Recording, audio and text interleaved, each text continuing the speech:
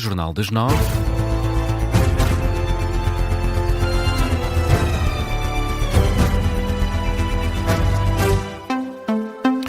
Jornal das 9 na Rádio Observador com a edição de Carla Jorge Carvalho. Carla, os diretores escolares defendem a suspensão de aulas no pré-escolar e primeiro ciclo por causa do calor e pedem uma articulação direta entre escolas, autarquias e Ministério da Educação. O presidente da Associação Nacional de Diretores de Agrupamentos e Escolas Públicas alerta que as escolas em Portugal não estão preparadas para lidar com o calor. Chama a atenção sobretudo para as crianças do pré-escolar e do primeiro ciclo. Ouvido pela Rádio Observador, Filinto Lima explica que a eventual decisão de suspender aulas tem de ser tomada em conjunto entre escolas, autarquias e Ministério.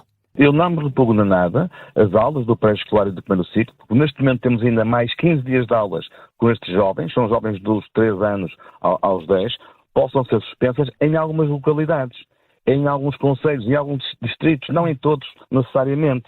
Aqui terá que haver uma parceria, uma interação com o Ministério da Educação, com certeza, com as escolas e com as autarquias, perceber-se em que circunstâncias e em que localidades é que de facto este calor extremo pode ser prejudicial para as nossas crianças.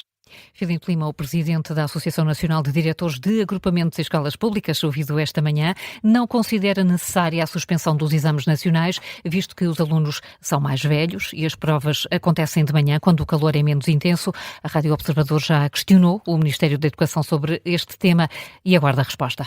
A semana começa com previsão de calor extremo em algumas regiões do país. Amanhã os termómetros podem chegar aos 45 graus. O período mais crítico deve registar-se na sexta-feira, dia 26. A Direção-Geral de Saúde ativou o nível 1 de contingência, o que corresponde ao nível amarelo, ou vigilância reforçada. Os distritos de Bragança, Guarda e Vila Real estão hoje sob aviso laranja por causa do calor. Todos os outros distritos do continente estão com aviso amarelo. Mais de 30 concelhos do interior norte e centro estão também em perigo máximo de incêndio.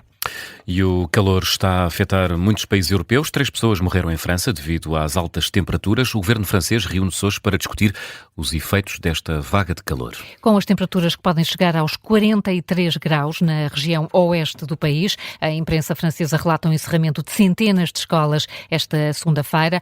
Pelo menos metade da população francesa está em alerta para esta vaga de calor. Carlos Pedro. São 49 departamentos do país em alerta vermelho para o calor, outros 40 estão hoje sob alerta laranja, o que significa, diz o Le Monde, que cerca de 90% da população francesa vai estar hoje exposta a um nível muito alto ou extremo de calor. Entretanto, o Serviço Nacional de Meteorologia da França prolongou os alertas até amanhã. O mesmo organismo aponta para temperaturas sem precedentes entre os 39 e os 43 graus. O Le Monde diz também que 3 idosos morreram devido ao calor extremo. Falamos de pessoas com idades compreendidas entre os 80 e os 95 anos. Nos mais jovens, 845 escolas e faculdades estão fechadas neste início de semana. Outras 1.800 escolas tiveram horários ajustados, informou o Ministério Francês da Educação. Há relatos ainda de incêndios em zonas de mato.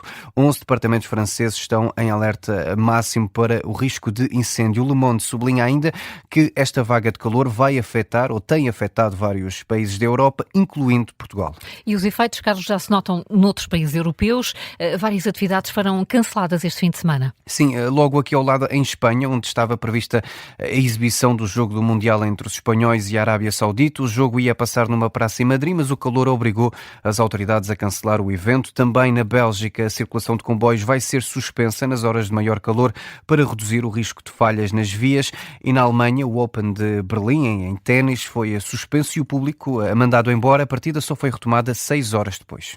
Carlos Pedro, com algumas das medidas que estão a ser tomadas pelos países europeus perante a expectativa de mais uma vaga de calor, a segunda no espaço de menos de um mês. Destaque agora para as negociações entre os Estados Unidos e Irão, que estão a decorrer na Suíça. Depois de um arranque tenso, a primeira ronda de conversas terminou com progressos positivos. É a expressão utilizada pelos mediadores, Qatar e Paquistão. Numa declaração conjunta, os mediadores anunciam ainda a criação de uma célula de resolução de conflitos entre Estados Unidos, Irão e também o Líbano. O objetivo é pôr fim total à guerra de Israel contra o Hezbollah no sul do Líbano. Na análise, o especialista em relações internacionais, Miguel Baumgartner, explica que a ideia pode ser difícil de concretizar e sublinha que o principal objetivo é acalmar Israel. Qual é que é aqui a grande dificuldade? A grande dificuldade é a questão política o Irão acaba por manter o próprio regime que Donald Trump dizia também querer combater, neste momento financiado por aquilo que vai ser a libertação de sanções e as autorizações para a venda do petróleo, e depois é a sobrevivência política e até existencial de Israel que está posta de alguma forma em causa naquilo que é a sua própria segurança, e como é que estas duas forças vão poder coabitar naquele espaço do Médio Oriente, quando as duas mais ou menos têm como objetivo destruir a outra. As negociações duraram toda a noite na Suíça, devem prolongar-se durante a semana. Os trabalhos arrancaram ainda assim com alguma tensão. Os negociadores iranianos chegaram a abandonar a reunião depois de uma série de ameaças feitas por Donald Trump, mas as negociações acabaram por ser retomadas. 9h07. Vamos ao Mundial. Portugal joga amanhã com o Uzbequistão. A seleção nacional faz hoje o último treino antes da partida e viaja mais logo para Houston, no Texas, onde vai decorrer o encontro. Primeiro o treino às 3 da tarde, hora de Lisboa, em Palm Beach, na Flórida. Depois a comitiva portuguesa viaja para Houston, local da partida, da segunda partida, o segundo jogo de Portugal no Grupo K. Destaque também para Cabo Verde. A equipa voltou a empatar, desta vez frente ao Uruguai, por 2-2. No final do jogo, a Rádio Observador falou com vários jogadores de Cabo Verde. Vozinha foi um deles, o guarda-redes, sensação deste campeonato mundial. Garante que a equipa não está na competição só para participar, afirma que querem competir e passar aos 16avos. Sim, nós estamos aqui para competir, respeitamos todos os adversários, trabalhamos muito bem todos os dias e vamos continuar a trabalhar sempre para competir com qualquer adversário. Ora, os cabo-verdianos estão perto do apuramento para a próxima fase do Mundial do Futebol. Na próxima jornada vão ter um jogo decisivo contra a Arábia Saudita. No outro jogo desta madrugada, a seleção do Egito venceu a Nova Zelândia por 3-1 e já está nos 16avos de final do Mundial. Já a seguir o explicador sobre o Congresso do PSD e o chumbo da reforma laboral, mas antes, Carla, ainda há tempo para outras notícias em destaque esta manhã. Impasse no Reino Unido. Keir Starmer pode demitir-se hoje após uma série de polémicas. O primeiro-ministro britânico está em Downing Street com jornalistas de todo o mundo à porta a aguardar um possível anúncio. Mais de uma centena de deputados do Partido Trabalhista pediu a demissão de Keir Starmer por considerarem que perdeu a autoridade. O nome mais apontado à sucessão é o de Andy Burnham, até agora presidente da Câmara de Manchester. Foi eleito deputado ao Parlamento na semana passada.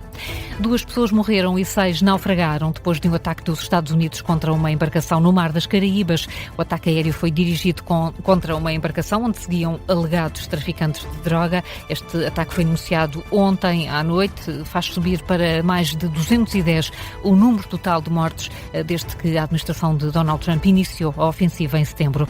O Presidente da República encontra-se hoje com o Primeiro-Ministro de Timor-Leste, Xanana Gusmão. Os 2 chefes de Estado vão visitar a sede da CPLP, cuja presidência está atribuída precisamente a Timor-Leste. A Xanana Gusmão vai ainda reunir-se com o Presidente do Supremo Tribunal de Justiça, com o Procurador-Geral da República e ainda com diretores e reitores de faculdades de Direito. A CPLP celebra no próximo mês 30 anos de existência.